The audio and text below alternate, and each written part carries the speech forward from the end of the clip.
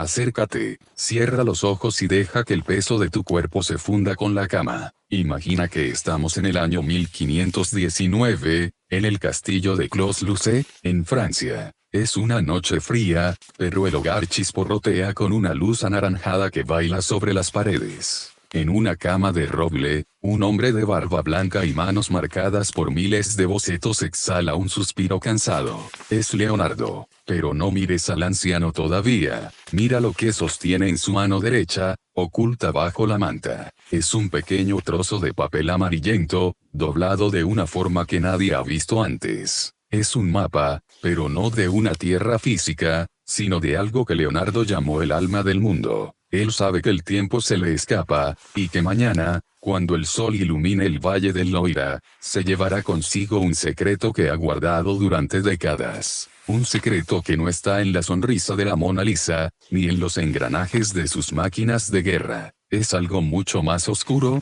y a la vez, más luminoso. Algo que descubrió cuando era solo un niño en las montañas de Toscana y que juró no revelar jamás hasta que sus ojos se cerraran para siempre. ¿Estás listo para saber qué encontró Leonardo en aquella cueva oscura de su infancia? Quédate conmigo, mantén la respiración lenta, y deja que la historia te envuelva. El secreto te será revelado, pero antes, debemos volver al principio, al lugar donde el barro se convirtió en genio. Capítulo 1. El despertar del observador. Viajemos ahora en el tiempo, hacia atrás, mucho más atrás. Siente cómo el aire se vuelve más cálido y el olor a pino y olivo inunda tu habitación. Estamos en 1452. Un pequeño pueblo llamado Vinci, anclado en las colinas de la Toscana, duerme bajo un sol implacable. Allí, en una humilde casa de piedra, nace un niño que, por las leyes de los hombres, no debería ser nadie. Leonardo es un hijo ilegítimo. Su padre, Ser Piero, es un notario ambicioso. Su madre, Caterina, una campesina de la que sabemos tan poco que parece un fantasma en la historia.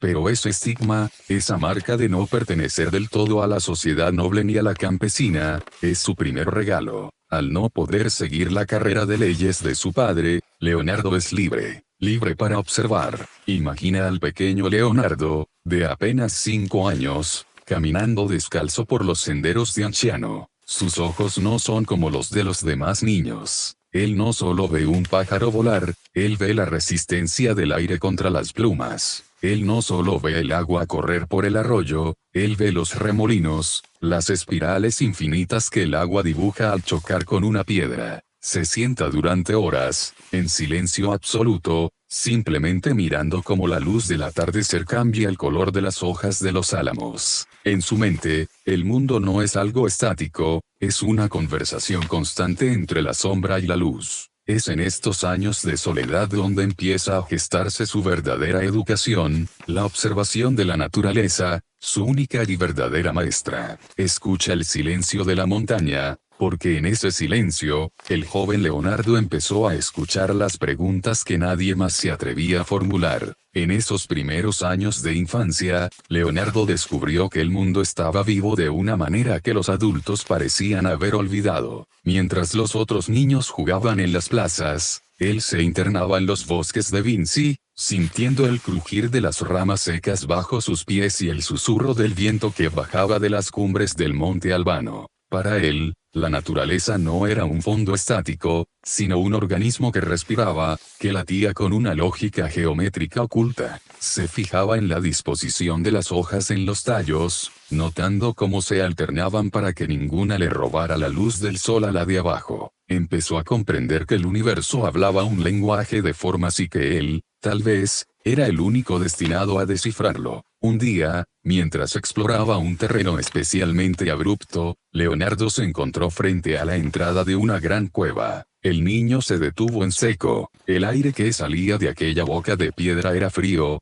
cargado de un olor a tierra húmeda y a tiempo antiguo. Sintió dos emociones que lo acompañarían durante el resto de su vida, el miedo y el deseo. El miedo a la oscuridad amenazante de la caverna, a lo que pudiera esconderse en sus profundidades desconocidas, y el deseo ardiente de ver si en su interior había alguna cosa milagrosa. Ese conflicto, esa tensión entre el temor a lo desconocido y la curiosidad insaciable por la verdad, se convirtió en el motor de su alma. Se quedó allí, inclinado, con la mano sobre la rodilla y la otra protegiendo sus ojos, intentando distinguir algo en la penumbra. Esa curiosidad lo llevó a recolectar pequeños tesoros que otros despreciarían. Piedras con formas caprichosas, plumas de halcón que caían del cielo como mensajes, insectos de caparazones irisados que estudiaba hasta que el sol se ponía. Pero lo que más le fascinaba era el movimiento. Podía pasar una tarde entera observando el vuelo de las libélulas sobre los estanques, maravillado por cómo sus alas dobles trabajaban de forma independiente. No las veía como simples bichos, sino como máquinas perfectas de ingeniería divina.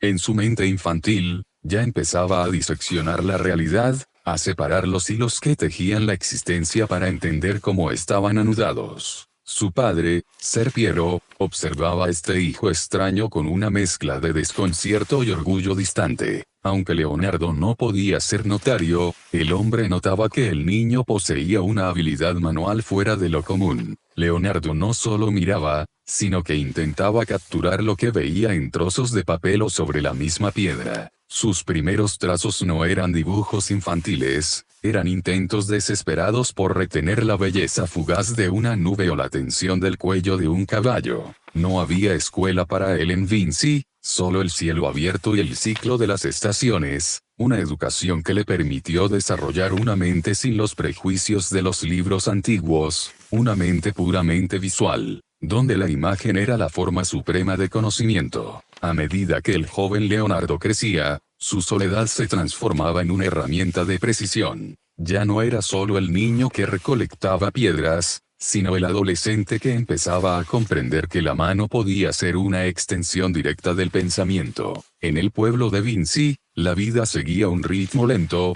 marcado por las campanas de la iglesia y el ciclo de las cosechas, pero dentro de Leonardo, un mundo entero de imágenes empezaba a desbordarse. Su padre, al ver que el joven llenaba cada rincón de la casa con bocetos de flores, insectos y rostros de ancianos marcados por el tiempo, comprendió que el talento de su hijo no era una simple distracción, sino una fuerza de la naturaleza que no podía ser contenida en los estrechos límites de una aldea rural. Fue entonces cuando Ser Piero decidió llevar a Leonardo a la gran ciudad, a la vibrante y caótica Florencia. Imagina el impacto que aquello debió tener en el joven que solo conocía el verde de las colinas y el silencio de las cuevas. Florencia, a mediados del siglo XV chica, era el corazón palpitante del mundo conocido, un lugar donde el aire olía a incienso, a especias exóticas y al aceite de linaza de los talleres de los artistas. El ruido de los cascos de los caballos sobre el empedrado y el murmullo constante de los mercaderes debieron aturdir sus sentidos al principio, pero pronto, esa energía se convirtió en el combustible que su intelecto necesitaba. Leonardo entró como aprendiz en el taller de Andrea del Verrocchio, uno de los maestros más respetados de la época. El taller de un artista en el Renacimiento no era un lugar de contemplación silenciosa, sino una fábrica de sueños y de técnica bruta. Allí, el joven Leonardo no solo aprendió a mezclar pigmentos y a preparar lienzos. Verrocchio exigía que sus alumnos supieran de todo, desde cómo fundir el bronce para una estatua gigante hasta cómo diseñar los pliegues de una túnica de seda para que pareciera que el viento la estaba acariciando. El taller era un laboratorio donde la ciencia y el arte todavía no se habían separado, un lugar donde se estudiaba la química de los colores y la geometría de la perspectiva con la misma pasión. En este entorno, Leonardo era como una esponja seca sumergida en un océano de conocimiento. Observaba a su maestro trabajar en la escultura del joven David,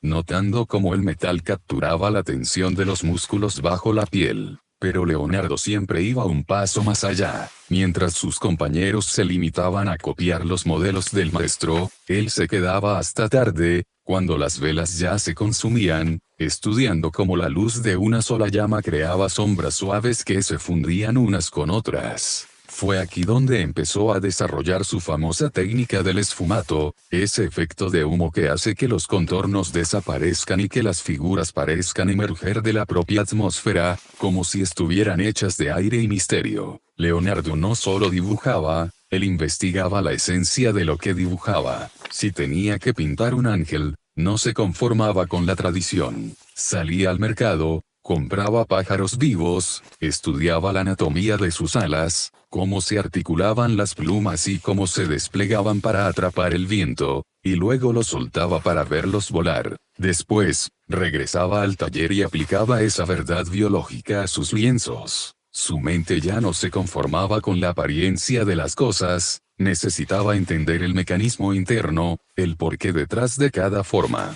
En el taller de Verrocchio, Leonardo no tardó en demostrar que su mano poseía una sensibilidad que rozaba lo sobrenatural. Cuenta la leyenda que el maestro estaba trabajando en un gran panel que representaba el bautismo de Cristo. Verrocchio, abrumado por la cantidad de encargos que recibía la bodega, le confió al joven aprendiz la tarea de pintar uno de los ángeles que sostenían las vestiduras de Jesús. Imagina la escena: el joven Leonardo, con sus dedos largos y su mirada serena, se sitúa frente a la tabla de madera, moja el pincel no en el témpera tradicional, espesa y rígida, sino en una mezcla experimental de aceites que permitía una suavidad infinita. Cuando Leonardo terminó aquel ángel, el taller quedó en un silencio sepulcral. No era simplemente un ángel más, la criatura parecía respirar. Mientras que las figuras de Verrocchio eran sólidas, esculturales y definidas por líneas claras, el ángel de Leonardo parecía estar rodeado de una atmósfera propia. Su piel tenía la calidez de la vida real, y su mirada poseía una profundidad melancólica que parecía ver más allá del lienzo. Se dice que Verrocchio, al ver que un muchacho de apenas 20 años lo había superado con creces, decidió no volver a tocar los pinceles jamás, dedicándose desde entonces exclusivamente a la escultura. Leonardo había roto el límite entre la pintura y la realidad, y apenas estaba comenzando. Pero esta excelencia traía consigo una carga pesada. Leonardo empezaba a impacientarse con la velocidad del mundo. Mientras que otros artistas terminaban sus encargos para cobrar y pasar al siguiente, él se quedaba atrapado en el detalle de una sola gota de agua o en la curva de un tendón. Para Leonardo, terminar una obra era, en cierta forma, matarla. Una vez que el misterio de cómo representar algo estaba resuelto en su mente, el acto físico de completar el cuadro le resultaba tedioso, casi irrelevante. Empezó a ganar fama de ser un hombre que no cumplía con sus plazos, alguien que se perdía en sus propios pensamientos y que podía pasar días enteros mirando una pared sin dar una sola pincelada, solo para luego realizar un trazo perfecto en un segundo de inspiración.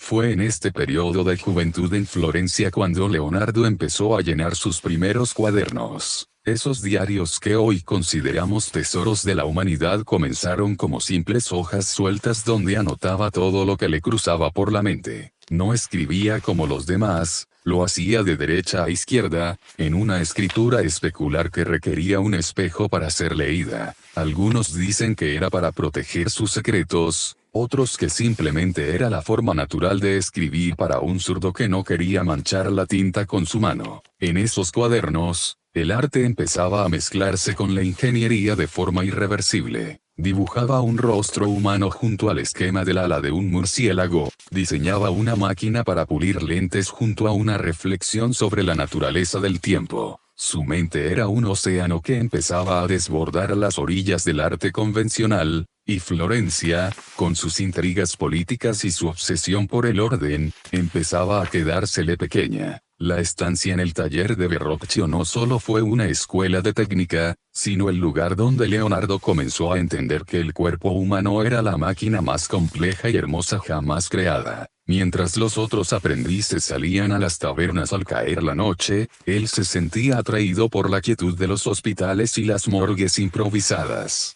En la penumbra, bajo la luz vacilante de una vela que proyectaba sombras alargadas y temblorosas sobre las paredes de piedra, Leonardo empezó a despojar a la realidad de su última capa, la piel. No lo hacía por morbosidad, sino por una devoción casi religiosa hacia la verdad.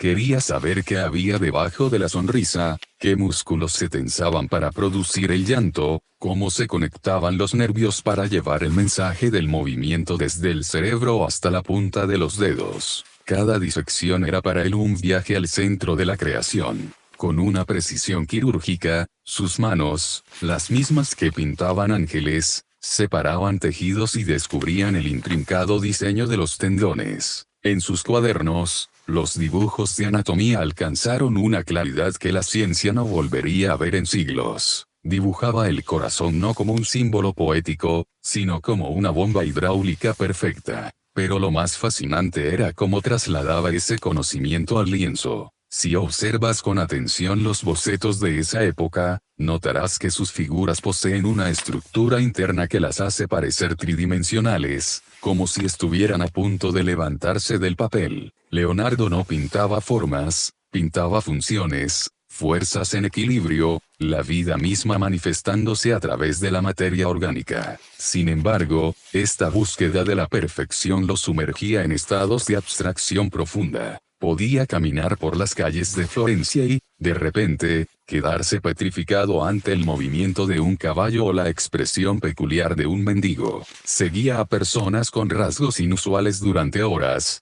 recorriendo callejones y plazas, solo para memorizar la curva de una nariz o la profundidad de una arruga, y luego corría a su habitación para plasmarlo antes de que el recuerdo se desvaneciera. Sus contemporáneos empezaban a verlo como un ser extraño, alguien que habitaba un plano distinto. Era un hombre de una belleza física impresionante, de modales refinados y voz melódica, pero en sus ojos siempre había una chispa de lejanía, como si estuviera calculando la trayectoria de un proyectil o la refracción de la luz en el ojo de una mosca mientras mantenía una conversación trivial. Florencia, bajo el mandato de los Medici, era un nido de talentos, pero también de envidias y juicios severos. Leonardo, con su espíritu indomable y su negativa a seguir las normas académicas, empezó a sentir el peso de las expectativas sociales. Se le acusaba de ser inconstante, de empezar 1000 proyectos y no terminar ninguno. Pero lo que el mundo llamaba procrastinación, para él era una fase necesaria de incubación. No podía pintar el movimiento del agua si no entendía primero la dinámica de fluidos, no podía diseñar una cúpula si no comprendía las leyes de la estática. Esta necesidad de saberlo todo antes de hacer cualquier cosa se convirtió en su bendición y en su condena. Mientras tanto, en los rincones de su mente, empezaba a germinar una idea, la de abandonar la seguridad de la ciudad que lo vio crecer para buscar un patrón que no solo quisiera belleza, sino poder y máquinas imposibles. Fue en esta etapa de transición, mientras el sol de la Toscana se ponía sobre sus años de juventud, cuando Leonardo comenzó a sentir que Florencia era un marco demasiado estrecho para el lienzo de su ambición. Sus cuadernos ya no solo albergaban estudios de flores y rostros, sino que se poblaban de ingenios mecánicos que parecían soñados por un hombre del futuro. Dibujaba ballestas gigantescas, carros cubiertos de metal que se movían con manivelas y puentes portátiles diseñados para cruzar ríos en el fragor de una batalla. Leonardo, el amante de la naturaleza que rescataba pájaros de las jaulas, empezaba a flirtear con el arte de la guerra, no por sed de sangre, sino por el desafío intelectual de dominar la materia y la fuerza. En su interior, se gestaba un conflicto silencioso. Por un lado, su devoción por la vida, por otro, la necesidad de encontrar un protector que financiara sus investigaciones más audaces. En 1482, tomó una decisión que cambiaría el curso de su historia. Escribió una carta al duque de Milán, Ludovico Sforza, apodado el Moro. Pero no fue una carta común. No se presentó como el pintor que había asombrado a Verrocchio, sino como un ingeniero militar capaz de construir máquinas aterradoras y eficaces. Solo al final del documento, casi como una nota al pie, mencionó que también sabía pintar y esculpir tan bien como cualquiera. Leonardo estaba dispuesto a ocultar su pincel detrás de un escudo de hierro con tal de ganar la libertad de investigar los secretos del universo. Antes de partir hacia Milán, pasó sus últimos días en Vinci y en los alrededores de la ciudad del Arno, despidiéndose de los paisajes que habían moldeado su retina. Se dice que pasó horas observando el curso del río, imaginando cómo desviarlo para dar prosperidad a las tierras secas. Para él, el agua era el veturale della natura, el vehículo de la naturaleza, y veía en sus corrientes una analogía del sistema circulatorio humano. La tierra era un cuerpo vivo, las rocas eran sus huesos y los ríos su sangre. Esta visión orgánica del mundo lo alejaba de los dogmas religiosos de su tiempo y lo acercaba a una espiritualidad basada en la evidencia de los sentidos. Preparó sus baúles con una mezcla de melancolía y entusiasmo. En ellos no solo llevaba ropa y pigmentos, sino sus cuadernos, esos compañeros silenciosos que ya contenían más sabiduría de la que se enseñaba en las universidades de la época. Al alejarse de Florencia, dejando atrás la cúpula de Brunelleschi y los callejones donde había aprendido el oficio, Leonardo no solo buscaba un nuevo patrón, buscaba un escenario donde sus sueños de vuelo y sus estudios sobre la luz no fueran vistos como excentricidades de un aprendiz talentoso, sino como las bases de una nueva era. Se dirigía al norte, hacia la bruma de Milán, donde el acero y la diplomacia dictaban las reglas, llevando consigo aquel secreto que descubrió en la cueva y que, poco a poco, empezaba a dar forma a cada una de sus visiones. Capítulo 2. La forja de la perfección. El viaje hacia Milán fue un tránsito entre dos mundos. Mientras su caballo avanzaba por las rutas del norte, Leonardo veía como el paisaje de la Toscana, con sus líneas suaves y sus cipreses ordenados, se transformaba en algo más indómito y frío. Las montañas se volvían más altas, los horizontes más grises, y la humedad de la llanura lombarda empezaba a calar en sus huesos. No viajaba solo, llevaba consigo una lira de plata que él mismo había construido con la forma de una calavera de caballo. Era un instrumento de una acústica perfecta y una belleza macabra, un regalo para Ludovico Sforza que simbolizaba la dualidad de su nuevo hogar, la música y la muerte, el arte y la estructura. Al llegar a la corte de Milán, Leonardo se encontró con un ambiente radicalmente distinto al de la intelectual Florencia. Aquí, el poder se sentía en el peso de las armaduras y en la piedra maciza del castillo esforzesco. Ludovico era un hombre pragmático, rodeado de astrólogos, matemáticos y estrategas.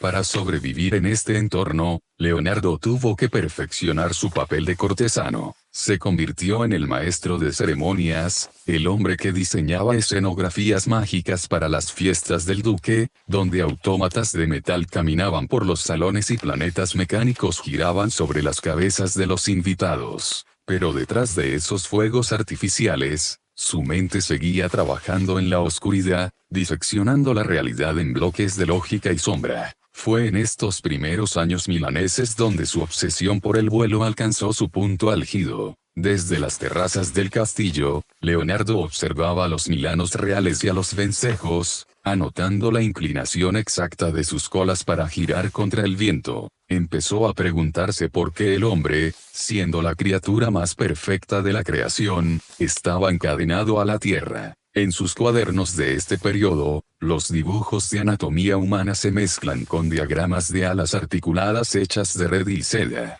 Imaginaba una máquina que permitiera al ser humano nadar en el aire como un pez en el agua. El hombre escribió con su caligrafía invertida: tendrá alas. Pero Milán también le exigía resultados tangibles. El duque le encomendó una tarea monumental, la creación del gran caballo, una estatua ecuestre en honor a su padre, Francesco Sforza. Debía ser el monumento de bronce más grande del mundo, una obra que desafiara las leyes de la física y la fundición. Leonardo aceptó el reto con una mezcla de pavor y entusiasmo. Pasó años estudiando la anatomía de los caballos en las caballerizas ducales, midiendo cada músculo, cada vena, cada proporción de los sementales más nobles. No quería hacer una estatua, quería capturar la esencia del poder animal congelada en el metal. Sin embargo, mientras recolectaba las toneladas de bronce necesarias para la fundición, las nubes de la guerra empezaban a oscurecer el horizonte de Italia, y aquel metal que debía ser arte pronto sería reclamado por los cañones. El tiempo en Milán transcurría entre el estruendo de los talleres y el silencio sepulcral de su estudio privado. Leonardo se movía por los pasillos del castillo como una sombra luminosa, respetado por todos pero comprendido por casi nadie. Mientras trabajaba en el modelado del gigantesco caballo de arcilla, que ya se alzaba como una montaña en el patio central, su mente se desviaba hacia los misterios de la luz y el aire. Fue en este periodo cuando recibió un encargo que, aunque él no lo sabía,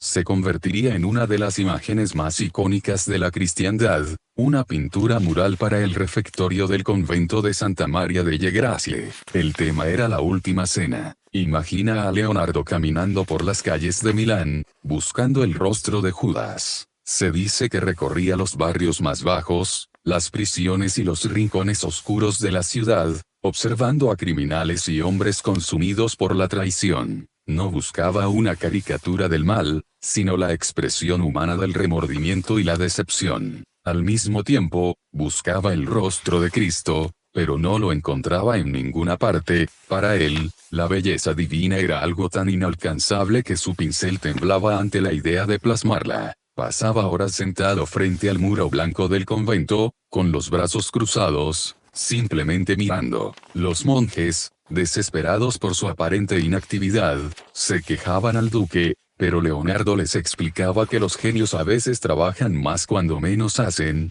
pues es en la mente donde se ganan las batallas antes de que la mano toque el pincel. Cuando finalmente empezó a pintar, no lo hizo con la técnica rápida del fresco, que exige terminar una sección antes de que el yeso se seque. Leonardo, fiel a su espíritu investigador, inventó una mezcla de óleo y témpera para poder trabajar despacio, para poder añadir capas de transparencia y sombras infinitas. Quería que los apóstoles no fueran figuras planas, sino hombres de carne y hueso reaccionando a una noticia devastadora. Capturó el instante preciso en que las palabras de Jesús: uno de vosotros me traicionará, atraviesan el aire como una onda de choque. Si escuchas con atención el silencio de tu habitación, casi puedes oír el murmullo de sorpresa, el choque de los vasos sobre la mesa y el roce de las túnicas que Leonardo pintó con tal detalle que se podía distinguir la textura del lino. Pero la tragedia del experimento de Leonardo comenzó casi de inmediato. La mezcla de pintura que había creado no se adhería bien a la pared húmeda del refectorio. Incluso antes de terminar la obra, los colores empezaron a perder su brillo y pequeñas grietas comenzaron a surcar los rostros de los apóstoles. Leonardo veía con dolor cómo su búsqueda de la perfección técnica condenaba a su obra a una desaparición lenta. Era una lección cruel de la naturaleza: nada es permanente, ni siquiera el genio más absoluto. Sin embargo, ese deterioro solo aumentó el aura de misterio de la pintura. Los rostros, medio borrados por el tiempo, parecen ahora más espirituales, como si estuvieran desvaneciéndose hacia otra dimensión, dejando al espectador con la sensación de haber presenciado un milagro que se escapa entre los dedos. Aquel fracaso técnico de la pintura mural no fue el único golpe que el destino le reservó en Milán. Mientras Leonardo observaba cómo los pigmentos de la última cena comenzaban su lento desvanecimiento, una amenaza mucho más física y brutal se cernía sobre la ciudad. El equilibrio político de Italia se resquebrajaba y las tropas francesas de Luis XVI avanzaban como una marea de acero hacia los dominios de los Sforza. Ludovico, el hombre que había financiado los sueños de Leonardo, se vio obligado a priorizar la supervivencia sobre el arte. Las 80 toneladas de bronce que Leonardo había recolectado con tanta paciencia para fundir su gran caballo, el orgullo de su carrera como escultor, fueron confiscadas. No se convertirían en la estatua más grande del mundo, sino en cañones destinados a la defensa de la ciudad. Imagina el dolor silencioso del artista al ver cómo su visión se transformaba en instrumentos de muerte. El molde de arcilla gigante, aquel caballo de 7 metros que había sido la admiración de toda Lombardía, quedó abandonado en el patio del castillo. Cuando los soldados franceses finalmente entraron en Milán en 1499, utilizaron la figura de barro como blanco para sus prácticas de tiro. Leonardo vio, quizá desde una ventana distante, cómo los trozos de su obra maestra caían al suelo, desmoronándose bajo el impacto de las flechas y las ballestas. El sueño de 14 años se deshacía en el barro, recordándole que el mundo de los hombres es a menudo demasiado pequeño para las ambiciones de la mente. Sin un patrón y con su taller en ruinas, Leonardo se convirtió en un errante. Fue un periodo de sombras, un exilio espiritual que lo llevó de vuelta a Mantua, a Venecia y, finalmente, de nuevo a Florencia. Pero ya no era el joven aprendiz lleno de luz, era un hombre de mediana edad que cargaba con el peso de lo inacabado. En Venecia, ante la amenaza de una invasión naval turca, su mente volvió a la ingeniería radical. Diseñó escafandras de cuero para que los hombres pudieran caminar por el fondo del mar y barrenar los cascos de los barcos enemigos. Imaginó estructuras que permitían respirar bajo el agua mediante tubos de caña. Sin embargo, se negó a publicar estos inventos. En un rincón de sus cuadernos, susurró el motivo: temía la naturaleza malvada de los hombres, que usarían tales descubrimientos para asesinar en el silencio de los abismos. Este retorno a la soledad del camino reavivó su fascinación por la geología. Al cruzar los Alpes y los Apeninos, se detenía a observar las conchas marinas incrustadas en lo alto de las montañas. Mientras sus contemporáneos creían que eran restos del diluvio universal, Leonardo, con su lógica implacable, comprendió que el mundo era mucho más antiguo de lo que decían las escrituras. Entendió que donde ahora había picos nevados, alguna vez hubo océanos profundos.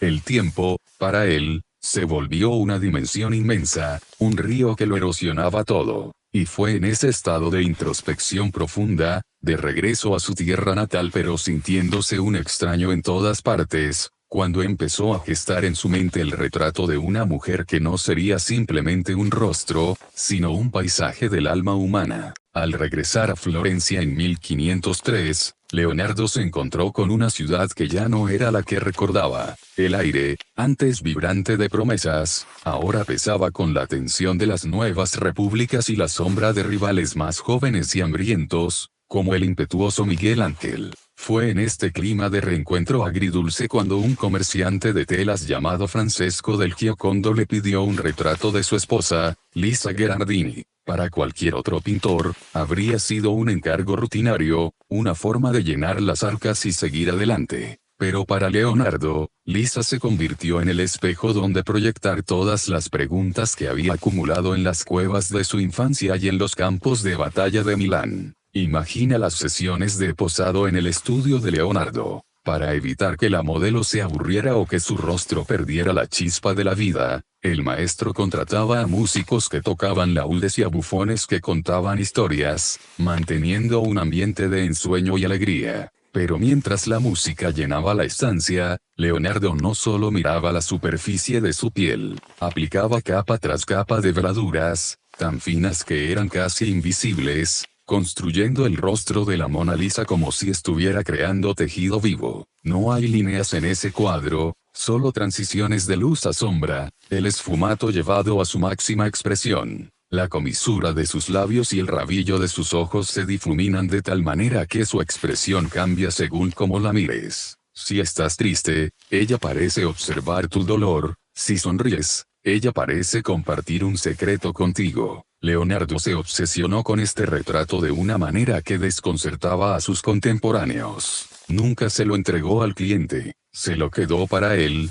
llevándolo en sus viajes, retocándolo durante años, como si fuera un organismo vivo que evolucionaba a su lado. Detrás de Lisa, pintó un paisaje que no pertenece a ninguna geografía conocida, un mundo de montañas azules, puentes que se pierden en la bruma y aguas que fluyen desde el origen de los tiempos. Era su visión de la geología del alma, una conexión intrínseca entre los fluidos del cuerpo humano y las mareas de la tierra. La Gioconda no era una mujer, era la propia naturaleza personificada, mirándonos con una serenidad que raya en la indiferencia divina. Sin embargo, mientras su arte alcanzaba estas cimas de introspección, su vida pública se veía arrastrada de nuevo al torbellino de la ambición humana. César Borgia, el temido hijo del Papa Alejandro Beccarii, reclamó sus servicios. Leonardo, el hombre que soñaba con el vuelo de los pájaros, se vio recorriendo las tierras de la Romaña como arquitecto e ingeniero general de uno de los tiranos más despiadados de la historia.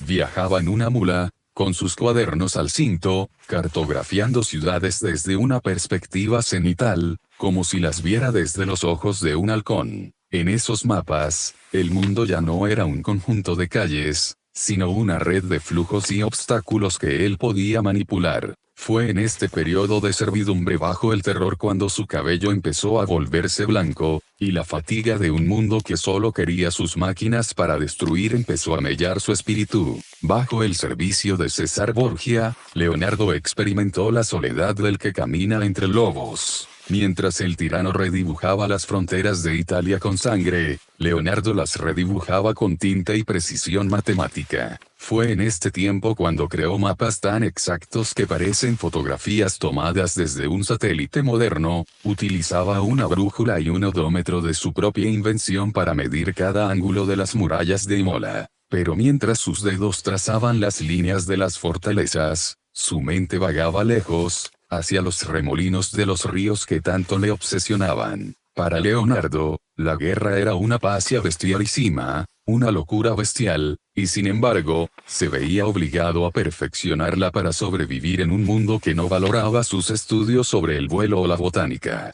En este bloque de su vida, la figura de otro hombre se cruzó en su camino, Nicolás Maquiavelo. Imagina a estos dos gigantes caminando juntos por los campamentos militares, dos mentes que observaban la realidad sin el velo de la moral tradicional. Maquiavelo analizaba la anatomía del poder, mientras Leonardo analizaba la anatomía de la materia. Ambos compartían una visión desencantada de la humanidad, pero mientras el secretario florentino buscaba el orden a través de la política, Leonardo buscaba el orden a través de las leyes inmutables de la física. Fue quizás en estas conversaciones nocturnas, bajo el frío de las tiendas de campaña, donde Leonardo comprendió que su verdadero legado no pertenecería a los príncipes, sino al tiempo mismo. Tras escapar de la sombra de los Borgia, Leonardo regresó a Florencia, pero el conflicto lo esperaba bajo una forma diferente, la rivalidad. La ciudad estaba entregada a un nuevo ídolo, Miguel Ángel Buonarroti. Eran polos opuestos. Miguel Ángel era joven, colérico, descuidado en su aspecto y devoto de una fe atormentada. Leonardo era elegante, sereno, escéptico y amante de los placeres refinados. La República les encargó a ambos pintar dos enormes murales enfrentados en el Salón de los 500 del Palazzo Vecchio, la batalla de Anghiari para Leonardo y la batalla de Cassina para Miguel Ángel. Era un duelo de titanes bajo el mismo techo. Leonardo decidió, una vez más, experimentar. En lugar de usar el fresco tradicional, intentó aplicar una técnica de encáustica inspirada en los antiguos romanos, utilizando calor para fijar los pigmentos. Pero el desastre de Milán se repitió. Mientras intentaba secar la pintura con grandes braseros, el calor no llegaba a las partes altas de la pared y la pintura empezó a escurrirse, deshaciendo los rostros de los caballos y los guerreros en una masa de color informe. Miguel Ángel, por su parte, nunca llegó a empezar su pintura. El duelo terminó en un silencio amargo.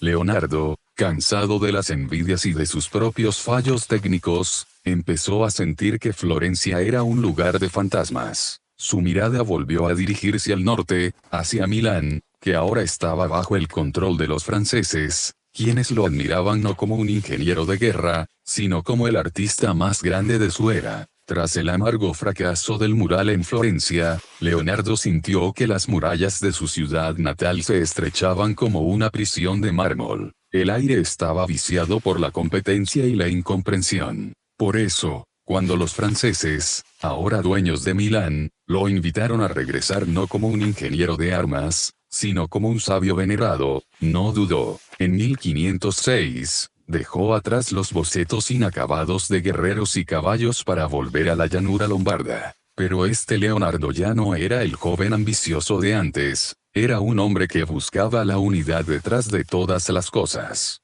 Fue en este segundo periodo milanés donde sus estudios científicos dejaron de ser auxiliares de su arte para convertirse en su obsesión absoluta. Imagina a Leonardo en una habitación silenciosa, rodeado de frascos de cristal, diseccionando el ojo de un buey para entender cómo la luz atraviesa el cristalino. Sus cuadernos de esta época son una catedral de conocimiento. Ya no se conformaba con saber cómo se movía un músculo, sino por qué. Empezó a estudiar la hidrodinámica con una profundidad que nadie alcanzaría en 300 años. Pasaba los días observando cómo el agua de los canales de Milán formaba remolinos, dibujando las espirales con una precisión matemática que rozaba lo místico. Para él, ese patrón espiral, que encontraba en el crecimiento de las conchas, en la disposición de las semillas de un girasol y en el flujo de la sangre en las válvulas del corazón, era la firma del Creador. En este bloque de su vida, su curiosidad lo llevó a las profundidades de la anatomía humana como nunca antes. Gracias a su prestigio, obtuvo permiso para diseccionar cadáveres en el hospital de Santa Maria Nuova. En la quietud de las noches frías, con el olor a cera y muerte impregnando sus ropajes, Leonardo realizó el primer dibujo detallado de un feto en el útero materno. Lo dibujó como una flor a punto de abrirse, rodeado de una geometría sagrada. Sus notas se volvieron más filosóficas. Se preguntaba dónde residía el alma y si el cuerpo no era más que una máquina movida por la necesidad,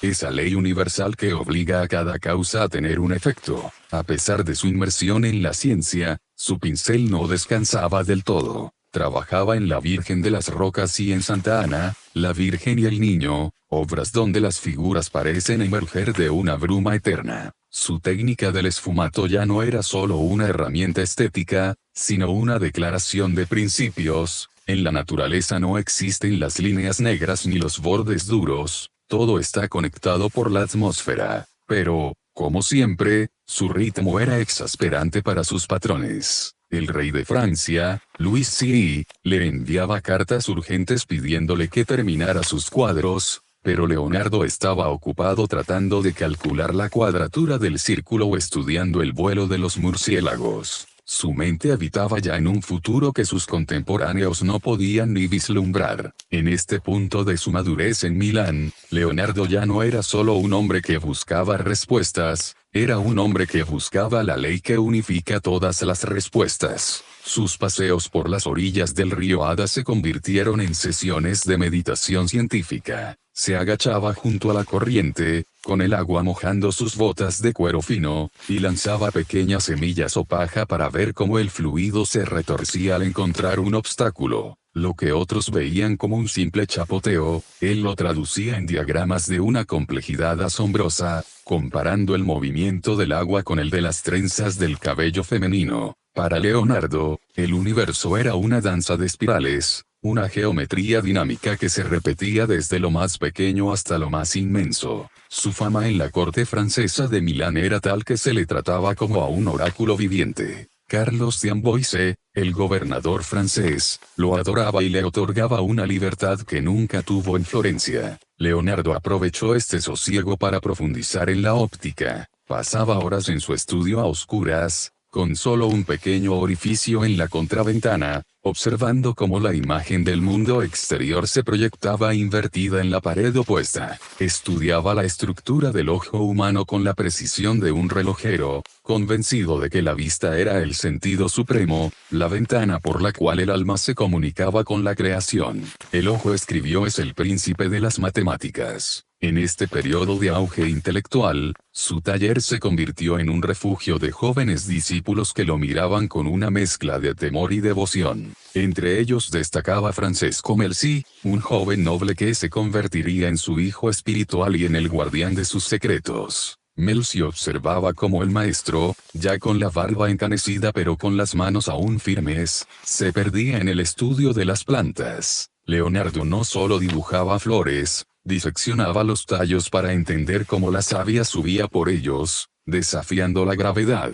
Anotaba cómo la sombra de una hoja nunca es negra, sino que está teñida por el color de los objetos que la rodean. Nada era accidental en su mundo, todo era el resultado de una causa necesaria. Sin embargo, a pesar de estar en la cima de su prestigio, una melancolía suave empezó a filtrarse en sus escritos. Se sentía como un viajero que ha descubierto un continente nuevo pero no tiene a nadie con quien compartir el mapa. Sus cuadernos se llenaban de profecías oscuras sobre inundaciones apocalípticas y fuerzas de la naturaleza que se rebelaban contra el hombre. Empezó a dibujar tormentas colosales, donde las montañas se desmoronaban bajo el peso de nubes espirales. Era como si, después de haber pasado toda su vida intentando domesticar la naturaleza con la razón, Leonardo empezara a intuir que hay fuerzas que escapan a cualquier medida humana. El auge de su conocimiento lo estaba llevando, inevitablemente, al borde de un abismo que solo él podía ver. En este penúltimo tramo de su estancia en Milán, la figura de Leonardo se elevó por encima de la de un simple artista para convertirse en una suerte de filósofo de la naturaleza. Sus días no comenzaban con el pincel, sino con el pensamiento. Se dice que podía pasar horas observando el vuelo de las semillas de arce, esas pequeñas hélices naturales que caen girando sobre sí mismas, comparándolas con la anatomía de las alas de los murciélagos. En su mente, no había distinción entre la botánica y la aeronáutica. Todo formaba parte de un tejido único, una red de fuerzas que él intentaba atrapar en las páginas de sus códices. Era el momento en que su auge alcanzaba una pureza casi abstracta, donde la belleza ya no era el fin, sino la consecuencia de la verdad. Fue entonces cuando diseñó su famoso tornillo aéreo, un precursor del helicóptero, nacido de observar cómo los remolinos de agua se elevaban en el aire cuando el viento soplaba con fuerza. Leonardo no buscaba solo inventar máquinas, buscaba emular la inteligencia de la creación. Sus dibujos de esta época poseen una calidad vibrante, como si el papel no pudiera contener la energía de sus ideas.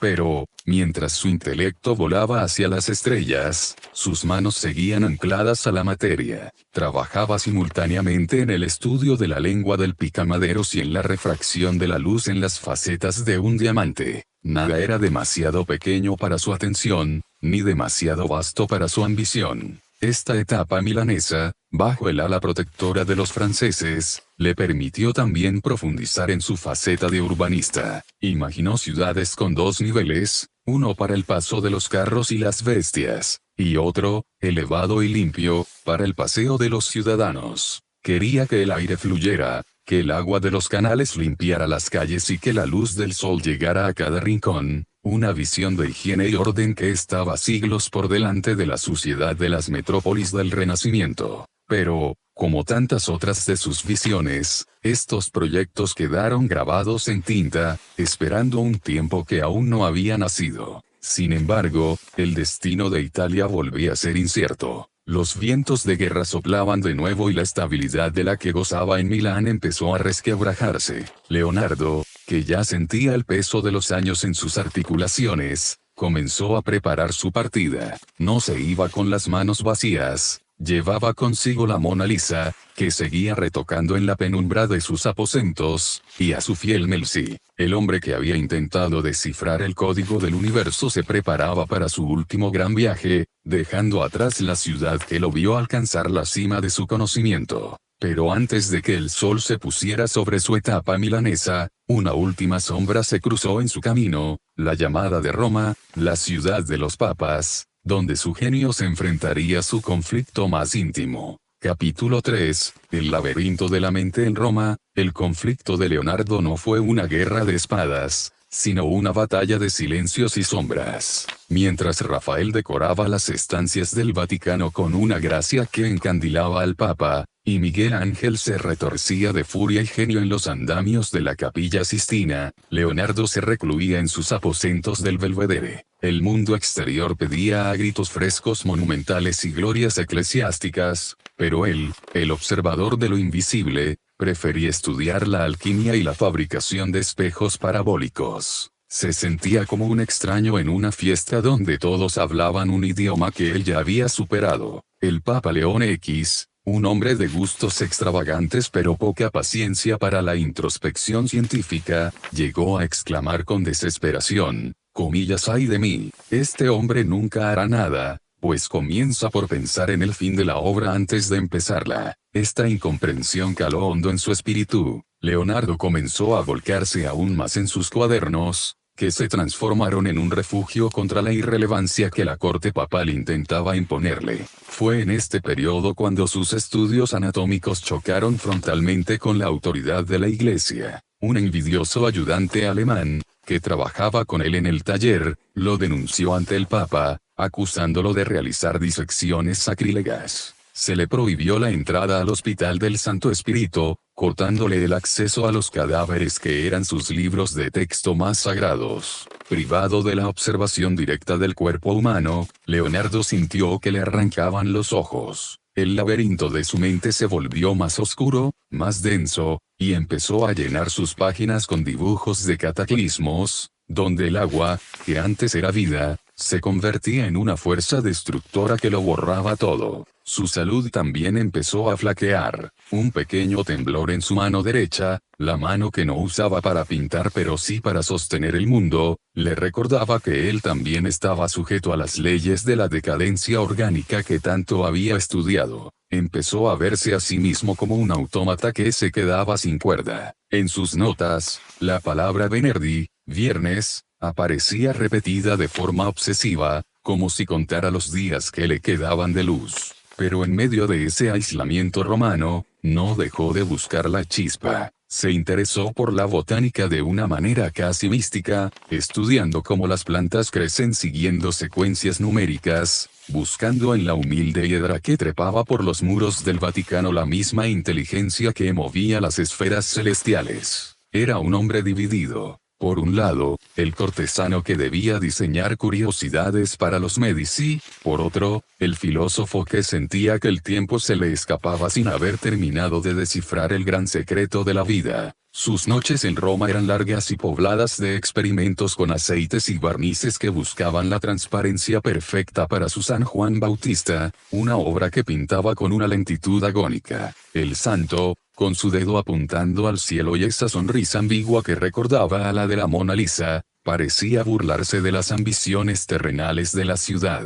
Leonardo estaba en el corazón del poder, pero nunca se había sentido más solo, más incomprendido y más cerca del final de su propio laberinto. En ese rincón del Vaticano, mientras el eco de los martillazos de otros artistas resonaba en las basílicas, Leonardo se sumergía en un estudio que pocos comprendían, la naturaleza de la luz y su viaje a través del ojo. Pasaba las tardes frente a recipientes de cristal llenos de agua, observando cómo los rayos se quebraban y se desviaban, buscando la mecánica exacta de la visión. Para él, el ojo no era solo un receptor, sino el mediador entre el alma y el cosmos. Pero Roma, con su sed de frescos narrativos y propaganda divina, no tenía paciencia para un hombre que dedicaba semanas a entender la curvatura de una córnea. Se sentía como un arquitecto del futuro atrapado en un museo del pasado. El conflicto se agudizaba con cada amanecer. Su protector, Giuliano de Medici, cayó enfermo, dejando a Leonardo a merced de las envidias cortesanas. Fue en este clima de desprotección cuando su mente empezó a poblarse de visiones apocalípticas. Sus cuadernos de este periodo romano se llenaron de los llamados dibujos del diluvio. Ya no eran estudios técnicos de hidrodinámica, eran representaciones aterradoras de una naturaleza que se desbordaba, de remolinos gigantescos que tragaban ciudades y montañas. Era como si, tras una vida intentando descifrar las leyes del orden universal, Leonardo hubiera vislumbrado el caos final. Sus trazos se volvieron convulsos, obsesivos, reflejando una lucha interna entre su fe en la razón y la evidencia de la fragilidad humana. A pesar de la amargura, su curiosidad no moría, solo se transformaba. Se interesó por la combustión y por la creación de espejos que pudieran concentrar la energía del sol, un proyecto que bautizó como su gran espejo. Imaginaba poder usar el fuego del cielo para calentar calderas o iluminar estancias, adelantándose siglos a la energía solar. Pero en Roma, estos inventos eran vistos como brujería o, peor aún, como distracciones inútiles. Leonardo anotaba con ironía, los Medici me crearon y me destruyeron. Se refería a que su educación florentina le había dado las alas, pero la política romana se las estaba cortando pluma a pluma. Fue en esta etapa de aislamiento cuando terminó, o al menos dejó de retocar, su San Juan Bautista. Si miras el cuadro en la penumbra de tu mente, verás a un santo que emerge de una oscuridad absoluta, una sombra tan densa que parece líquida. No hay fondo, no hay paisaje, solo el misterio de la carne iluminada. El dedo apunta hacia arriba, pero el rostro tiene una expresión que desafía toda interpretación religiosa tradicional. Es el rostro de alguien que conoce un secreto prohibido. Leonardo estaba vertiendo en ese lienzo todo su conflicto, la búsqueda de la luz en un mundo que prefería las sombras. Su mano derecha empezaba a fallarle, un entumecimiento que hoy los médicos llaman ictus cubital, dificultando sus trazos finos. El genio, el hombre que quería ser una máquina perfecta, empezaba a sentir el óxido de la mortalidad. En medio de ese aislamiento romano, Leonardo comenzó a sentir que su tiempo en Italia, la tierra que lo había visto nacer y que lo había coronado como un semidios del ingenio, estaba llegando a su fin. Sus paseos por los jardines del Belvedere se volvieron más lentos, y sus notas, antes llenas de proyectos de ingeniería civil, ahora se poblaban de reflexiones sobre la brevedad de la existencia. Pensaba que estaba aprendiendo a vivir, escribió con su caligrafía de espejo, y solo estaba aprendiendo a morir.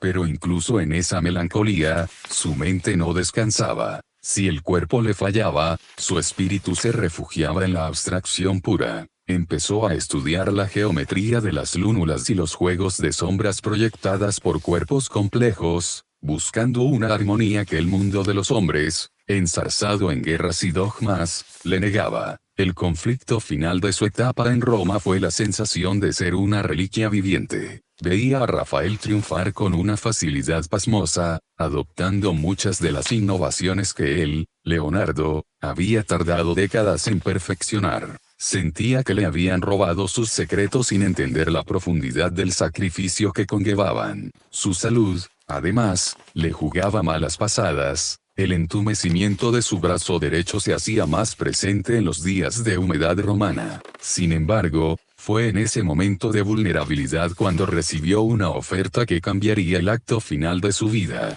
El joven rey de Francia, Francisco I, un monarca apasionado por las artes y la sabiduría, le extendió una invitación que no era un simple encargo de trabajo, sino una promesa de paz. Francisco I no quería que Leonardo pintara batallas ni que diseñara máquinas de asedio, quería, simplemente, conversar con él. Quería tener cerca al hombre que, según el rey, era el más sabio de la humanidad. Leonardo, cansado de las intrigas vaticanas y de la sombra de sus rivales más jóvenes, decidió que era hora de cruzar los Alpes por última vez. Empacó sus pertenencias con un cuidado casi ritual. En sus baúles no solo iban sus ropajes de terciopelo y sus instrumentos de medida, sino sus tres tesoros más preciados, aquellos de los que nunca se separaba, el retrato de la Mona Lisa, el San Juan Bautista y la Santa Ana. Eran sus hijos espirituales, las obras donde había volcado su alma y que aún sentía que podía mejorar con una última veladura de luz. Al abandonar Roma,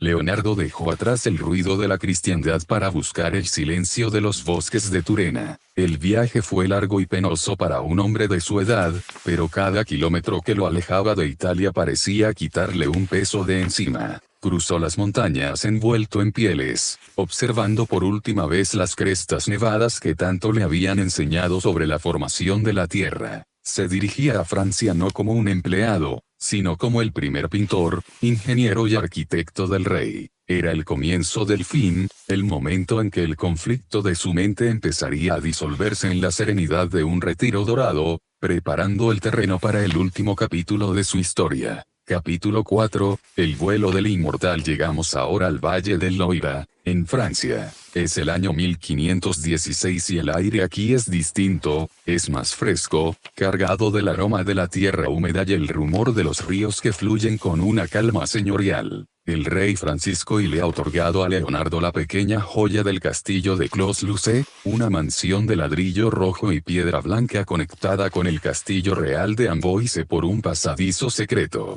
Imagina a Leonardo instalado en su estudio, con grandes ventanales que dan a los jardines. Ya no tiene que demostrar nada a nadie. El rey lo visita casi a diario, sentándose a sus pies para escuchar sus teorías sobre el cosmos, la arquitectura de las nubes y el flujo de la vida. Leonardo ha encontrado, al fin, el reconocimiento que no exige resultados, sino solo su presencia. En la paz de Clos-Lucé, Leonardo comenzó a ordenar los fragmentos de su existencia. El castillo, con sus muros de piedra cálida, se convirtió en un santuario donde el tiempo parecía dilatarse. Aunque su mano derecha estaba casi inmovilizada por la parálisis, su mano izquierda seguía siendo capaz de trazar notas y bocetos con una agilidad que desafiaba a la vejez. Francisco I, el joven monarca que lo llamaba padre, no le pedía cuadros, le pedía sabiduría. Pasaban horas hablando sobre la naturaleza del poder y la arquitectura del universo. Para el rey, Leonardo no era un empleado, era la encarnación misma del Renacimiento, un puente vivo entre la antigüedad clásica y un futuro que apenas comenzaba a vislumbrarse. A pesar de su debilidad física, la mente de Leonardo seguía proyectando mundos. Diseñó para el rey un palacio real en Romorantin, una ciudad ideal que incluía canales habitables y sistemas de ventilación que hoy consideraríamos bioclimáticos. Pero su proyecto más tierno y asombroso fue un león mecánico, un autómata que construyó para las festividades reales. Imagina la escena, el león camina varios pasos ante la corte asombrada, se detiene y, con un resorte oculto, abre su pecho para dejar caer una cascada de lirios, la flor de Francia. Era el último truco del mago, una muestra de que incluso al final, podía dominar la materia para crear belleza y asombro. Sin embargo, el verdadero trabajo de estos años finales fue el silencio. Leonardo pasaba largas tardes frente a los ventanales de su estudio, observando el fluir del río Loira. En sus cuadernos, las anotaciones científicas empezaron a mezclarse con reflexiones profundamente espirituales, aunque alejadas de los dogmas de la Iglesia. Se preguntaba sobre la continuidad de la energía, sobre cómo la vida se transforma pero nunca desaparece del todo. Seguía retocando la Mona Lisa con la mano izquierda, añadiendo veladuras tan sutiles que solo eran perceptibles bajo una luz muy específica. Ese cuadro ya no era el retrato de una mujer florentina, era el testamento de su comprensión del mundo, una síntesis de la geología, la anatomía y la luz. Su fiel discípulo, Francesco Melzi, se convirtió en sus manos y en sus ojos. Melzi anotaba cada palabra, cada suspiro de sabiduría que salía de los labios del maestro. Leonardo comenzó a organizar sus miles de páginas de notas, consciente de que su legado no estaba en los cuadros terminados, sino en ese torrente de ideas inacabadas que llenaban sus baúles. Sentía la urgencia de dejar un mapa para los que vendrían después, una guía para que la humanidad no dejara nunca de observar con curiosidad.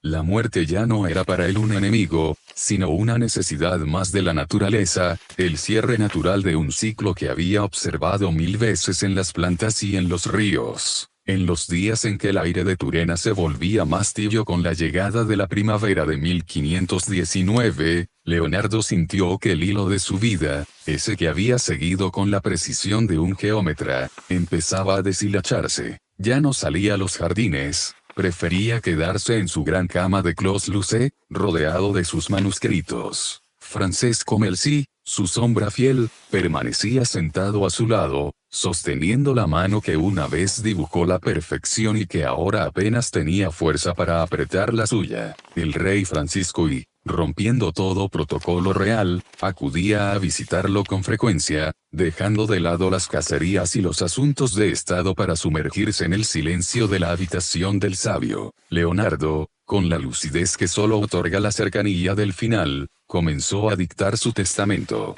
No era el testamento de un hombre rico en oro, sino el de un hombre rico en visiones. Legó sus cuadernos, sus instrumentos y sus dibujos a Melzi, sabiendo que en esas páginas latía su verdadera inmortalidad. Se preocupó por cada uno de sus sirvientes, por sus amigos y por los pobres de Amboise, demostrando que aquel hombre que había pasado la vida estudiando las leyes frías de la física, poseía un corazón profundamente humano. Sin embargo, en medio de la paz de su retiro, un pensamiento lo atormentaba, una sombra que a menudo asalta a los perfeccionistas, la sensación de que su obra estaba incompleta. He ofendido a Dios y a la humanidad, escribió en un arrebato de humildad, porque mi trabajo no alcanzó la calidad que debería haber tenido. Imagina la paradoja: el hombre que había redefinido la anatomía, la hidráulica, la pintura y la ingeniería, sentía que apenas había rozado la superficie de los misterios del mundo. Para Leonardo, cada descubrimiento abría la puerta a 10 nuevas preguntas. Su conflicto final no era con la muerte, sino con la brevedad del tiempo. Quería 10 vidas más para terminar de entender el vuelo de las libélulas, el crecimiento de los fetos y la curvatura del horizonte. Pero la naturaleza, su gran maestra, le recordaba que todo organismo debe devolver su energía a la tierra para que el ciclo continúe. El 2 de mayo de 1519, la luz que entraba por el ventanal de Clos-Lucé era suave y dorada. Se dice que Leonardo expiró en los brazos del rey de Francia, aunque los historiadores discuten si esto fue una leyenda romántica o una realidad.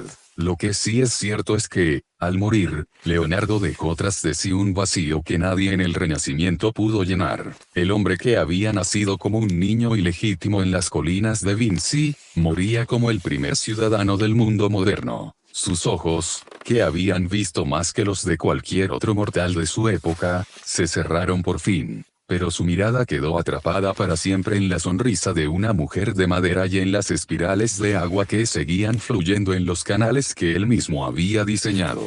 Tras la última exhalación de Leonardo, el silencio en Clos-Lucé se volvió denso, casi tangible. Francesco Melzi, con los ojos empañados, observó las manos del maestro, ahora inmóviles sobre la colcha de lino. Esas manos que habían diseccionado el misterio, que habían acariciado la luz y desafiado la gravedad, volvían a ser barro. Pero el legado de Leonardo no se detuvo con su corazón. Mientras las campanas de la iglesia de San Florentino doblaban a muerto, comenzó una de las odiseas más fascinantes de la historia de la humanidad, la dispersión y el reencuentro de su pensamiento. Melzi, fiel hasta el final, cargó con los baúles de manuscritos de vuelta a Italia, protegiéndolos como si fueran las reliquias de un santo laico. Miles de páginas, escritas en esa caligrafía especular que parecía un código sagrado, contenían secretos que el mundo no estaba preparado para entender. Leonardo había dibujado el corazón humano con una exactitud que la medicina tardaría 300 años en alcanzar.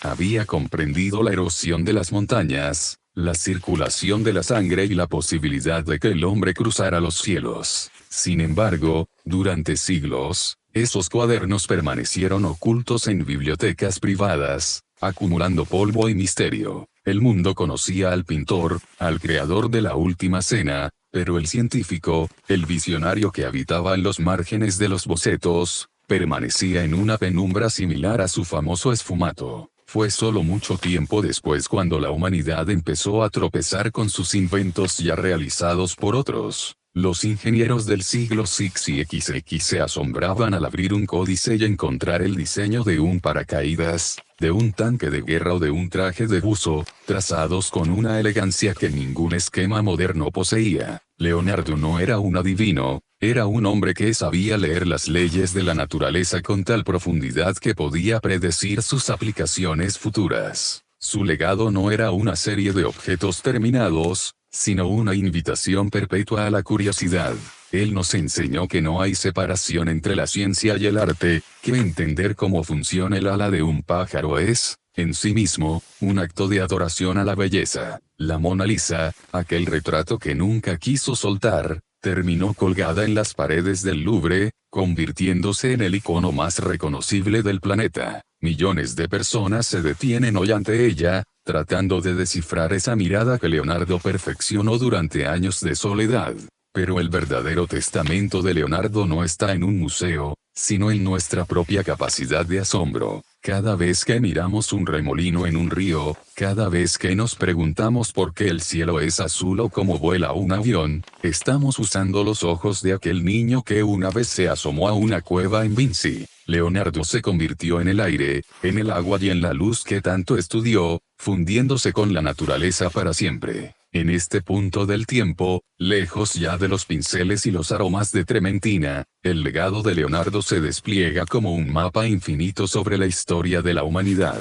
Su influencia no se mide en metros de lienzo, sino en la apertura de la mente moderna. Imagina que cada vez que un científico observa la estructura de una célula o un ingeniero traza la curva de una turbina, hay un eco lejano de aquel hombre que, en la penumbra de su taller milanés, se preguntaba por qué la sangre fluye en espiral al salir del corazón. Leonardo no inventó solo máquinas, inventó una forma de mirar. Nos enseñó que la curiosidad no es un pecado, sino la herramienta más sagrada que poseemos para dialogar con el universo. Sus cuadernos, rescatados del olvido por manos curiosas a lo largo de los siglos, revelaron que Leonardo había descifrado el código de la erosión mucho antes de que existiera la geología, y que había comprendido la mecánica del ojo antes de que la óptica fuera una ciencia formal. Pero lo más conmovedor de su herencia no son sus aciertos, sino sus dudas. En los márgenes de sus dibujos de anatomía, entremezclados con estudios de luz, aparecen pequeñas notas personales, recordatorios de comprar pimienta o reflexiones sobre la soledad.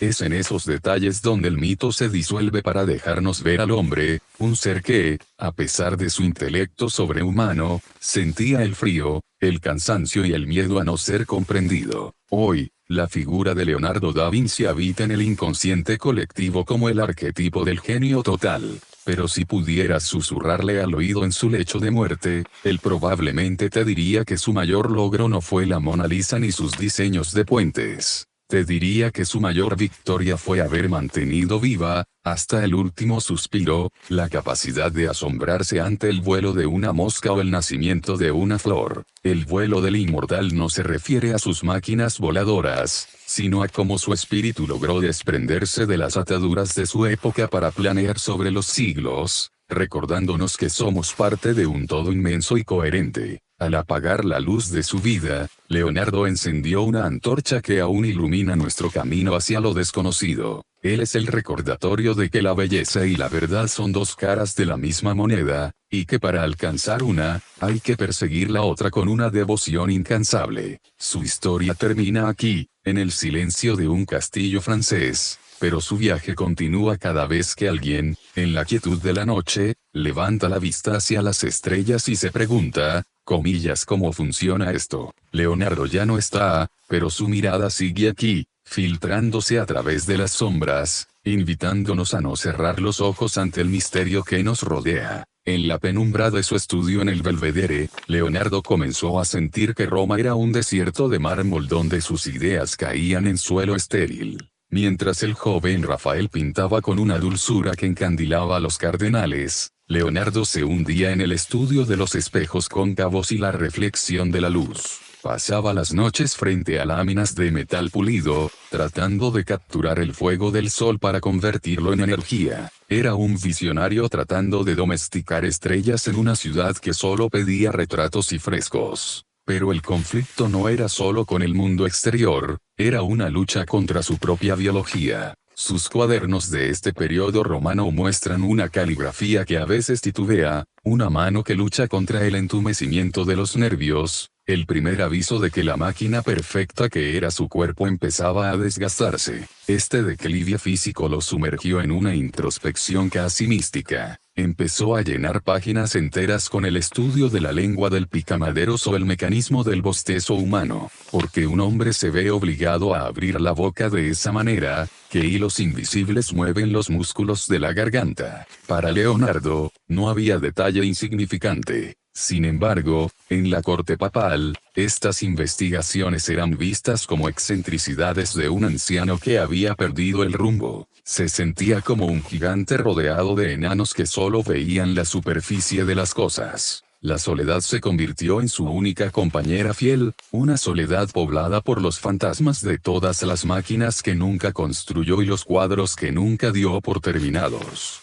Fue en estos momentos de aislamiento cuando su mente regresó a la cueva de su infancia. El miedo y el deseo que sintió de niño frente a la oscuridad volvieron a manifestarse, pero ahora transformados en una curiosidad existencial. Si la naturaleza era una madre generosa, ¿por qué también era una fuerza destructora capaz de borrar civilizaciones enteras con una inundación? Sus dibujos de tormentas en Roma no son meras ilustraciones, son el grito de un hombre que intenta comprender el caos antes de ser devorado por él. La precisión de sus remolinos de agua se volvió obsesiva, casi violenta. Estaba tratando de dibujar el viento, de dar forma a lo invisible, de atrapar el alma de la tormenta en un trozo de papel. Incluso en este conflicto interno, Leonardo mantenía una elegancia serena. Se cuenta que paseaba por los jardines del Vaticano con sus túnicas de color rosa, perfumado y con la barba cuidadosamente peinada, ocultando tras su apariencia de cortesano el laberinto de dudas que lo habitaba. Sabía que su tiempo en Italia se agotaba.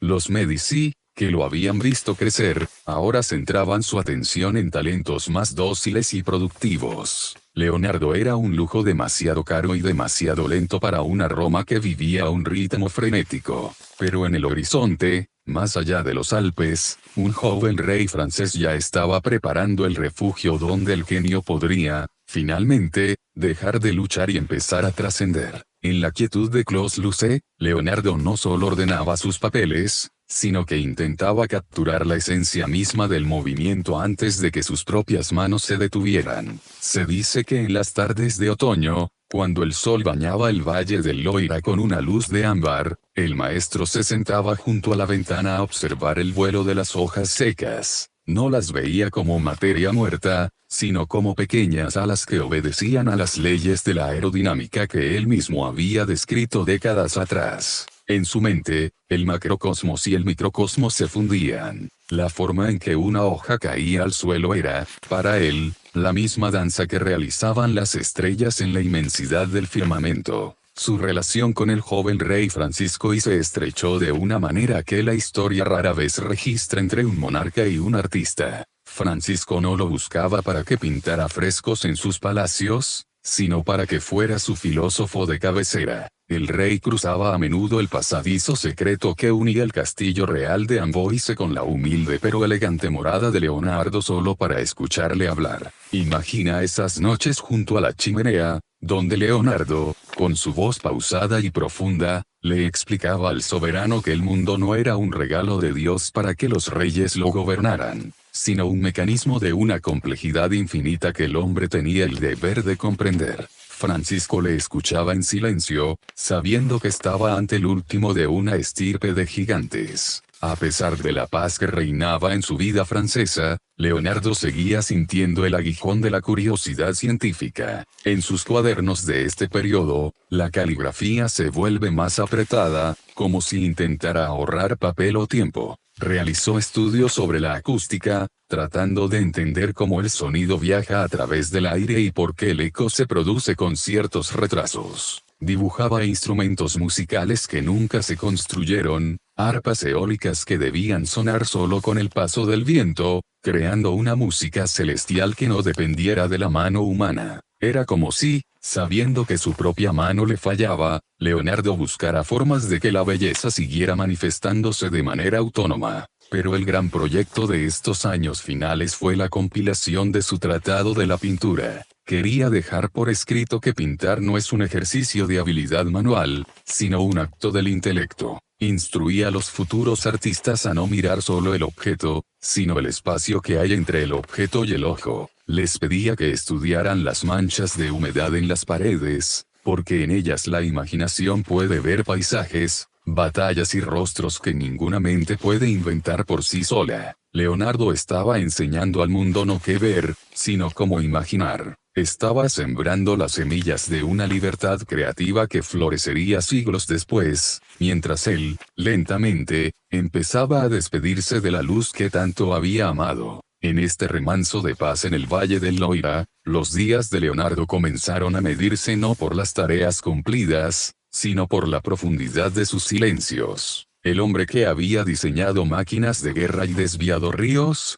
ahora encontraba una fascinación casi mística en el crecimiento de la hiedra que trepaba por los muros de ladrillo rojo de Clos-Lucé. Se dice que pasaba horas observando cómo las plantas giraban sus tallos buscando la caricia del sol, anotando con su caligrafía invertida que la vida siempre busca la luz, incluso cuando el cuerpo se siente pesado y la sombra de la noche empieza a alargarse. Para él, la botánica ya no era una clasificación de especies, sino un estudio de la voluntad de existir. Fue en este bloque de su retiro cuando Leonardo se sumergió en una de sus investigaciones más abstractas y hermosas, la naturaleza del tiempo. En sus cuadernos de Francia, empezó a dibujar relojes de agua y mecanismos de arena, pero sus notas se volvieron poéticas. Se preguntaba si el tiempo era un río que fluía o si era el hombre quien se movía a través de un presente estático. El agua que tocas en los ríos, escribió, es la última de la que se fue y la primera de la que viene, así el tiempo presente. Esta comprensión del flujo constante le otorgó una serenidad que asombraba a quienes lo rodeaban. Ya no luchaba contra el reloj, se dejaba llevar por él,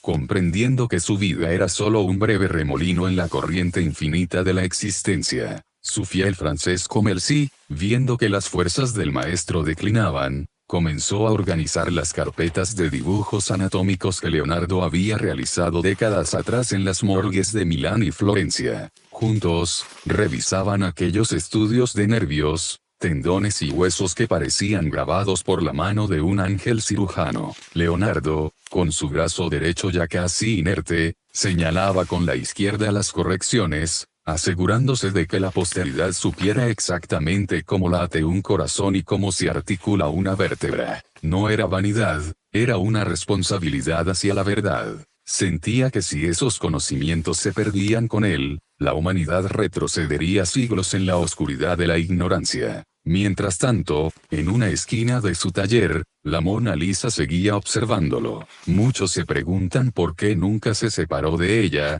por qué la llevó a través de los Alpes en el lomo de una mula, arriesgándola en caminos peligrosos. La respuesta, susurrada en la quietud de Clos-Lucé, es que Lisa ya no era un retrato, sino su compañera de viaje. En sus capas de pintura, Leonardo había depositado toda su ciencia, la refracción de la luz en la pupila, la geología de las montañas del fondo, la anatomía de los músculos faciales. Al mirar a la Gioconda, Leonardo no veía a la esposa de un comerciante, veía el resumen de todo lo que había aprendido sobre el mundo y sobre sí mismo. Ella era su espejo, y en su sonrisa ambigua, él encontraba el consuelo de lo que permanece cuando todo lo demás se desvanece. En la penumbra de su estancia francesa, la figura de Leonardo se volvió casi etérea. Ya no era el ingeniero de los Sforza ni el arquitecto de los Borgia, era un hombre que se fundía con sus propios pensamientos. En estos meses, su obsesión se volcó hacia la hidrodinámica del cuerpo humano.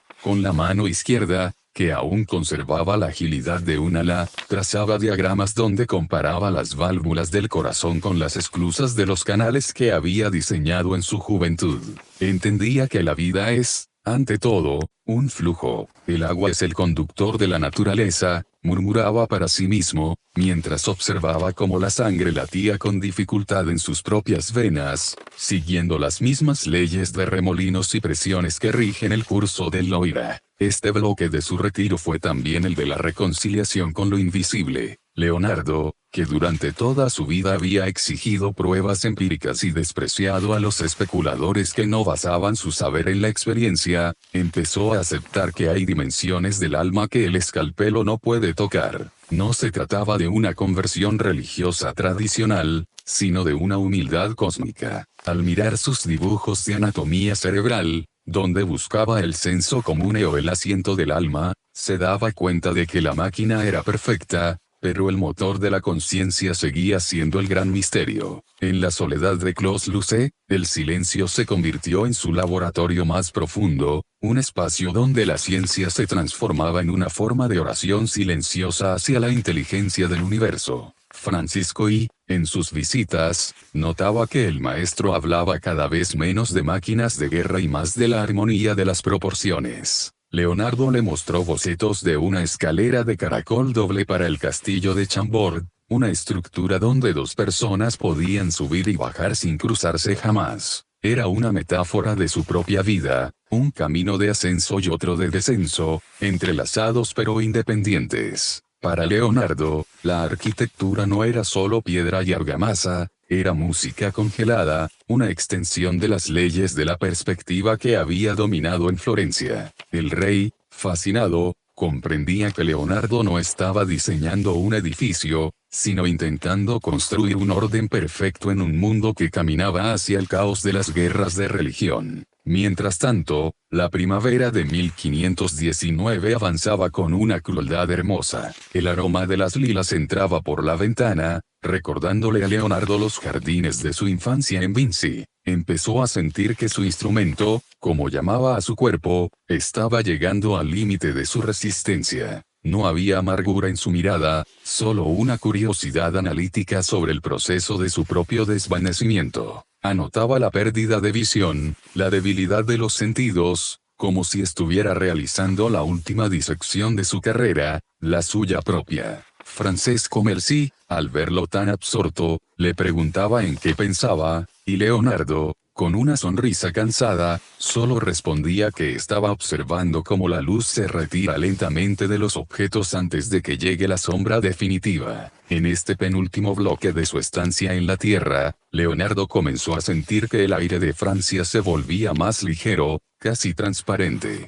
Ya no necesitaba los lentes para ver el mundo, lo veía con la claridad de quien ya no forma parte de él. Se dice que en sus últimas semanas, pidió que le trajeran sus cuadernos de anatomía, aquellos que había comenzado en las frías morgues de Florencia décadas atrás. Mientras sus dedos recorrían los dibujos de los nervios craneales y las válvulas del corazón, Leonardo no veía solo ciencia, veía una partitura inacabada. Comprendió que el cuerpo humano era el instrumento más complejo que la naturaleza había afinado, y que él, durante 67 años, solo había sido un aprendiz tratando de entender su música. Francisco I, viendo que la luz de su padre se apagaba, le otorgó el privilegio de la compañía constante. El rey, un hombre de guerra y placeres, se transformaba en presencia de Leonardo. En la alcoba de Clos-Lucé, el monarca se sentaba en silencio, observando cómo el sabio, con la barba blanca extendida sobre el pecho, seguía dictando pensamientos a Francesco Melzi. Leonardo hablaba de la unidad de las ciencias, de cómo la pintura era la nieta de la naturaleza y de cómo el conocimiento debía ser compartido para que la humanidad no volviera a caer en el sueño de la ignorancia. Su voz, aunque débil, conservaba la autoridad de quien ha mirado directamente al sol sin quedar ciego. Fue en estos momentos cuando Leonardo redactó las instrucciones para su funeral.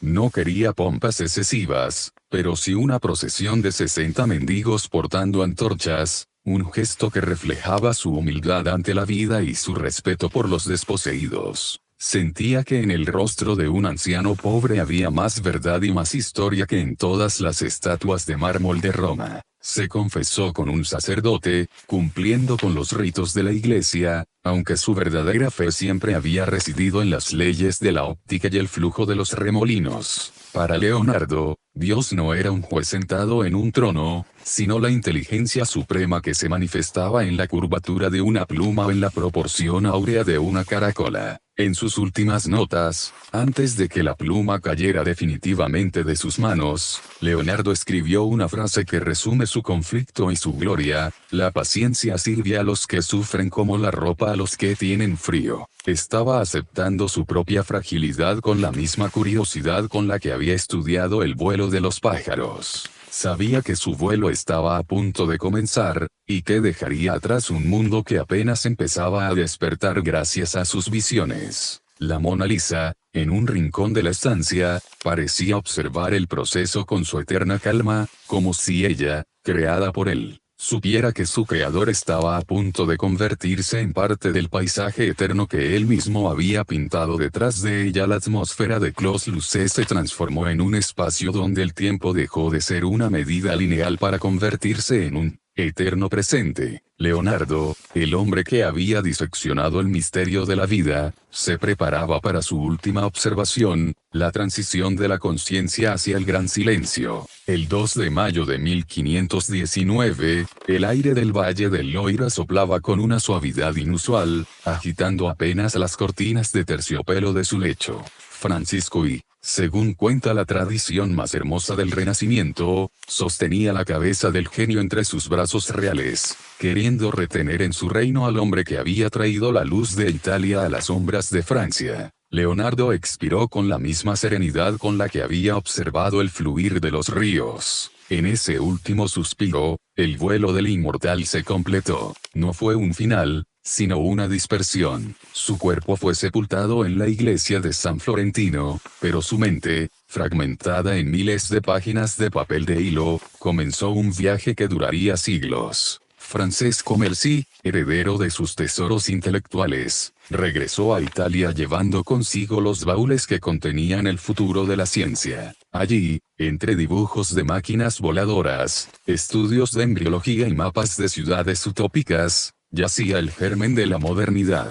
Leonardo había muerto, pero el Homo Universalis acababa de nacer para la historia. La Mona Lisa, que permaneció en la colección real francesa, empezó a ejercer su magnetismo silencioso sobre el mundo. Ya no era solo el retrato de Lisa Gherardini, era el testamento visual de un hombre que había comprendido que la naturaleza y el ser humano están hechos de la misma sustancia vibrante. Detrás de ella, las montañas y las aguas que Leonardo pintó con su técnica del esfumato seguían recordando a los espectadores que todo en el universo está conectado por hilos invisibles de luz y sombra. El legado de Leonardo no se quedó atrapado en los museos, se filtró en la forma en que los ingenieros diseñan puentes, en cómo los médicos entienden la circulación sanguínea y en cómo los soñadores miran a las estrellas. Al cerrar este capítulo, volvemos a la cueva de su infancia en Vinci. Aquel niño que sintió miedo y deseo ante la oscuridad de la gruta había logrado, al final de su larga vida,